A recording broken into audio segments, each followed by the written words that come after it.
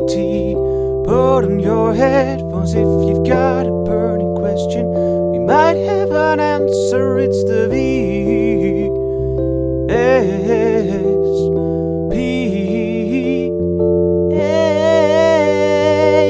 podcast. Hello everyone and welcome to the second VSPA Meet the Board podcast. In these podcasts I interview this year's board members by diving into their past, present and future and challenging them with some difficult dilemmas. My name is Tim and I'm this year's Study Committee Affairs Officer, and you can still join my committees or ladies committees by sending your letter of motivation before the 16th of October, so make sure you do that. Today I'll be interviewing our sexy secretary, Jikke.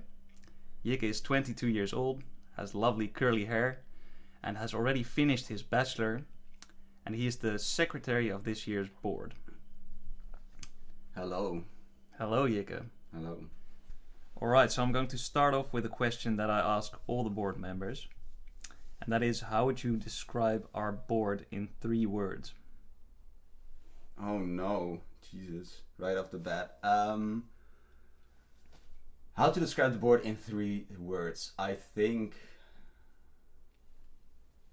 one is gonna have to be creative, because this is a weird year, and I think we're all like very out of the box and really committed to being creative and coming up with new stuff to do social events, but also stick to the Corona rules. This is really hard. They can be any words. I'm also, I think it's gonna be like empathetic. Is that a word? Yeah, empathetic. That's a word, right? Because we're really we're looking out for each other, and it's always about how we're feeling and if we're okay. Because I mean, this is not an easy thing to be a board member. Of course, you put a lot of time and effort in, and everybody in our board is really looking out for each other and asking if you're okay and how you're doing and if it's going great and if you need any help. And we're really like counting on each other and being empathetic to watch each other in our struggles. And I think the third word is going to be a very generic word, and it's going to be fun. Because I think next to being board members, I mean, I don't know everybody, but I think we could be a great group of friends. Because I think every single person is very fun and down to clown with each other. So that also helps for the team building and being an even better board if you're having fun together. So fun, creative and empathetic. Yes. I think that's a good combination. I think so too. So I've decided to spice things up a bit for this podcast. Okay. And we're going to be talking about love. Oh. So I'm going to grab an article from the New York Times about 36 questions that lead to love. So we're going to go through these questions, a couple of these questions, and we're going to see what your answers to these questions are, and maybe we can fall in love, Jikke. Oh, it's love between us. Yeah, maybe. You never know. Huh? He just winked at me. Alright, I can see us. Yeah. Alright, so the first question. Given the choice of anyone in the world, whom would you want as a dinner guest? Oh my god. Yeah, it's a difficult question. Jesus. You can also pick people that are no longer alive. I think Jeff Goldblum. Because he seems like a really weird guy. And that's I think I'd enjoy that. You think he'd be entertaining? Yeah, I think so. And are you a big fan of his films? Not really his films, more of his acting. The way he acts seems like he's a fun person. I think I would go for Chopin, maybe. Oh my. Yeah, sorry. I have to make use of this. I have to revive someone from the dead. and ask him how he did it, how he made all those wonderful compositions. You can ask him how your playing is. Yeah, that'd be nice if there would be a piano. Is this how you intended it, Chopin? No, what is this shit? Yeah, it's probably gonna be real mad. Alright, so we're gonna go to the next question. Would you like to be famous? And in what kind of way? I don't think I'd like to be famous. No? Because I enjoy my privacy. Mm. And I think I'd get annoyed real fast of paparazzi just being around all the time. But I would like to be famous in like a real like niche subject. So like be like do some psychology research that only like a handful of people care about. And that they're like, oh my god, you're so famous in like the field of like clinical psychology or like forensic psychology. Do you have anything specific in mind? What's your favorite psychological topic? I think my favorite psychological topic that I'd maybe want to become famous in is something like antisocial personality disorder. Interesting.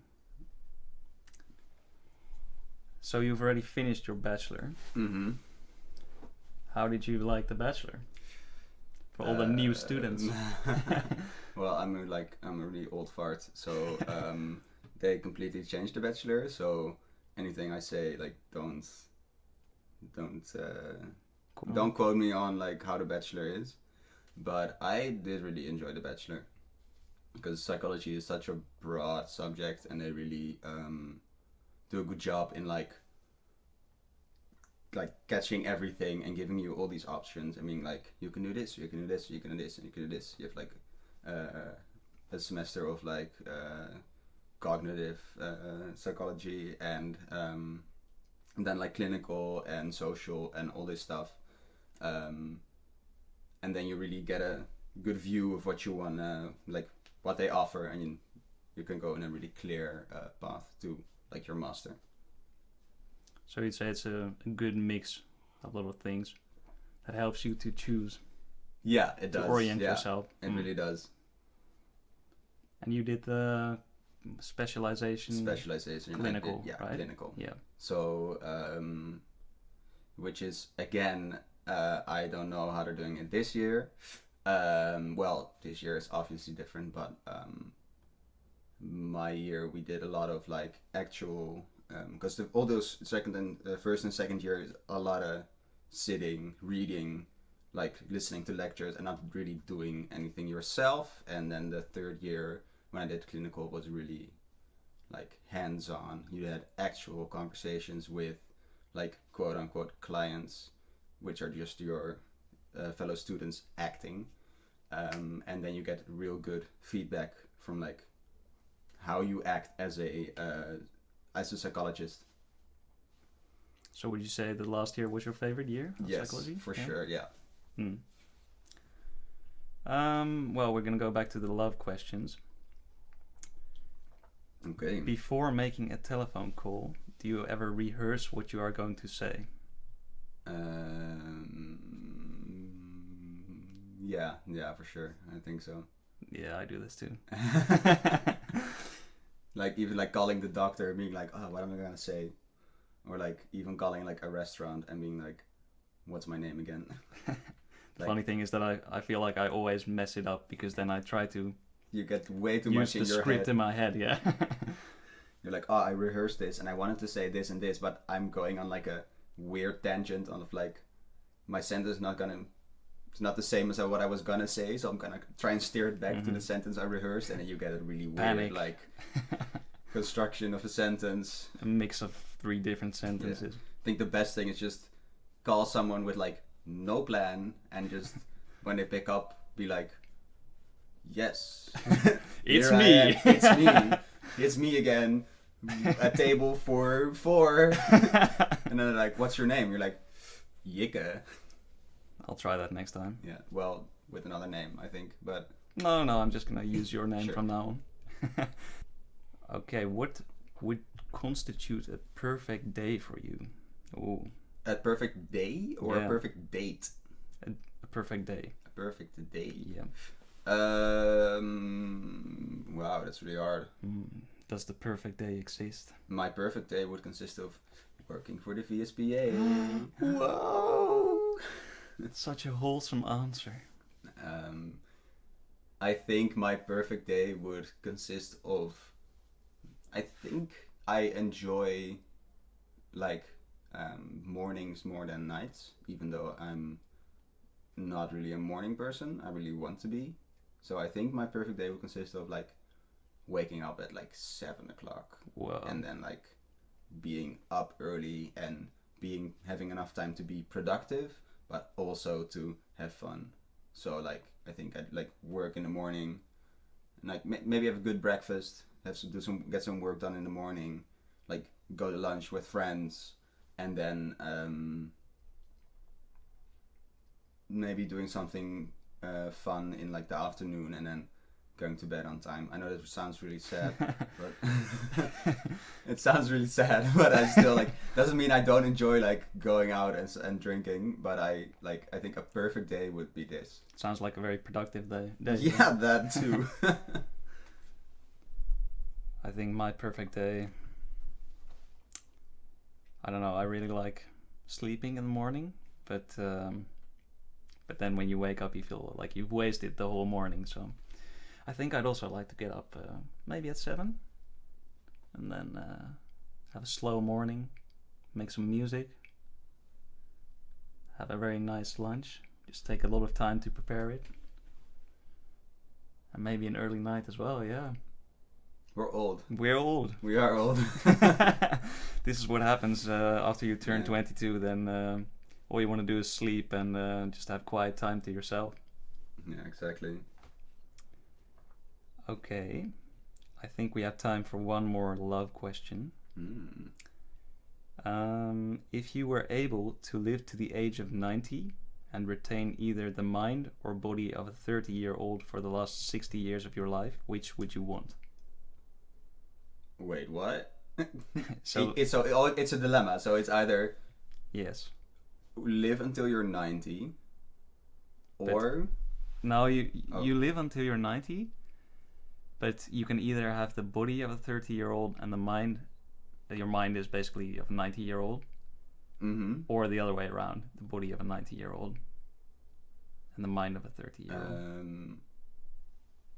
I think the body of a 30-year-old and the mind, like a normal mind, and it sounds like really morbid, but I think it's way better to die while not being really conscious of like having like Alzheimer's or something and not being really conscious of what's happening, than being really conscious of like, oh my god, I'm gonna die. Like my body's shutting down and I'm like I can't breathe and I can't like my arteries are clogged and my heart's not working anymore, and that means I'm like in constant pain and I'm gonna die, and I'm really like conscious of it. I'd rather look really ripped my entire life and like having like major Alzheimer's and then just die when I'm 90 because I can't like breathe properly anymore. I think I'd go for the same thing. Yeah, not being aware of it at all. And then you can carry on all that wisdom. Otherwise, you're a naive 30-year-old for your entire life. Yeah, I'd look really cool in my casket, I think. Like these sick pythons. Okay. Then no, I'm gonna go for one more love question. Do you have a secret hunch about how you will die? A secret hunch about how I will die? Yeah. Or what do you think would be the worst way to die? The worst way to die. So I think the worst way to die is setting yourself on fire. Ooh. I think that's like the thing that hurts the most when you like in all the ways you can die.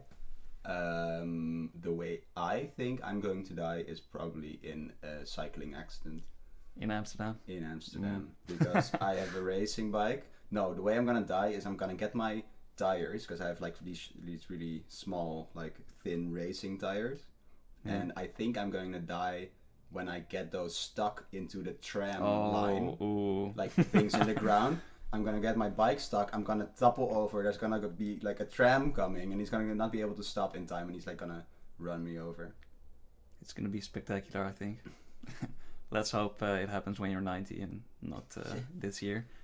Yeah, I hope so too. Okay, then we are going to go to the next segment. We are going to go to dilemma time. Ooh. So I'm gonna fire 3 dilemmas at you, and I want you to answer as quickly as you can and explain your answer to us. A dilemma is a situation in which you have to make a decision, and it's very hard to make that decision. Dilemma time. Okay, I'm ready. So the first one, you either always mix up salt and sugar, or for the rest of your life you have to walk around with a bunch of sand in your underwear.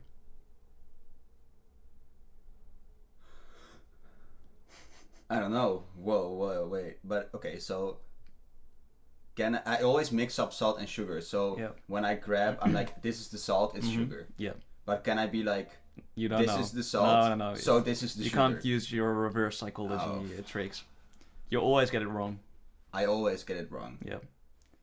Or you always have sand in Yeah, your but underwear. always, if you always get it wrong, oh no, this is too hard. Okay, so salt is not the opposite of sugar, right? Kind of. Sort of, I don't know.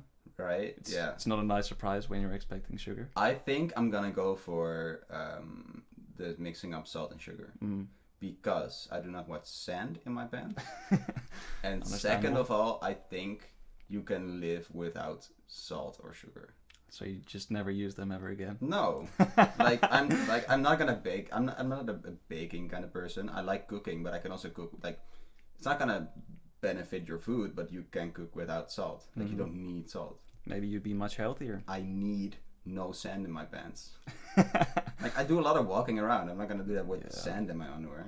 That must be so uncomfortable. Yeah, I know. Always having sand in your underwear. Okay, we're gonna go to the next dilemma. You either have the clothing and hairstyle of when you were 12 for the rest of your life, or whenever someone is talking for longer than 3 seconds, you start humming through their sentences. So you're like, Okay, I get it. I'm gonna go for the clothing style when I was 12. Yeah, you had a nice clothing style I when you were do, 12. and I really have a great picture, but I unfortunately can't really share that with you right now. If we put it on YouTube, then we'll put that as the thumbnail. Yeah, wait, I'll show it to you, and then if someone is listening to this and is like, guys, I want to see that picture, hit me up, I'll send it to you. What about the hairstyle? Your hair? My hair, well, I used to have, like, you introduced me as the girly guy, but I used to have straight hair. This is me in 2008. Whoa. And I'll describe the picture. It's me wearing pants with like the what are they called? The pockets? Yeah, the pockets like on the outside, and then like a shirt with like, I think it's red with like a dragon on it. No, it's not a dragon. It's like a weird samurai kind of guy, with like a blue shirt underneath. And my hair is like really long and it comes like to the bottom of my neck and it's really straight. Like, it looks like a mullet. And a really cool cap. And also, I'm forgetting the accessory of wearing my phone in a bag around my neck. You were way ahead of your time. The bag is denim as well. So whoa. I think you have to go back to this style. I do, and I really want to. This is like, I honestly, I'm also wearing like a puka shell like bracelet. This is like the epitome of like, this is cool. I'd wear this again. I can vouch for this. Yeah, you look cool. If anyone wants to see this picture, hit me up. I'll send it to you. I definitely didn't look as cool as you when I was 12. Right. Then we're gonna go to the final dilemma. Let's see. Every time you hear someone cough, you have to use the Heimlich what's it called? The Heimlich Heimlich thing where maneuver. you Yeah. Or every week at a random moment, Oh no. Oh no. someone you don't know tries to give you mouth-to-mouth resuscitation. Every time someone coughs, You have to be like, "Oh, I'm gonna help you," and think they're choking. but do I actually have to do the Heimlich? Yeah, Or can I be like, can I do the Heimlich? And they're like, no. And then they're like, oh, okay. You're gonna have to try it. You have to try to Okay. use the Heimlich. So, and the mouth to mouth, that's anyone. Like, but it's in a week, random person. Yeah. Okay. Oh, one So it person could be per like week. you right now. Could be like, me right now. Yeah. Like just walking up to me and being like, I'm gonna resuscitate you. But do I have to be like on the ground, or can I just like sit, or is it? You can sit. You don't have to. It just randomly happens. Mhm. Okay. So I think I'm gonna go for every time someone coughs, you have to do the Heimlich, because as much as I want to be kissed by Tim right now, I really wouldn't want that, like, from someone else. And also, I think if I do the Heimlich to every single person that I hear coughing, I am guaranteed to save a life one time. So, nice. I mean, you can never be too sure. I'm just gonna be every single person being like doing the Heimlich, and then maybe someday it's actually gonna be someone who's joking, and they're gonna be thankful. Better be safe than sorry, right? Right. I like this answer. Okay, well, that's it for Dilemma Time, and that means we have come to the end of this VSPA Meet the Board podcast already. I hope we all got to know Jikke a bit better. I hope so too. Jikke, is there anything you would like to say to our listeners? I'm also in charge, next to being secretary, I'm also in charge of 2 committees. The awareness committee, where you're going to organize volunteer work, and the editorial committee, where you're going to be publishing the VSPA newsletter. So if it sounds interesting, send me an email at jikke@vspa.nl for more information. All right, thank you very much for being here today, Jikke. Next time I will be talking to Julia, who is our treasurer. So see you next time. Bye. Bye.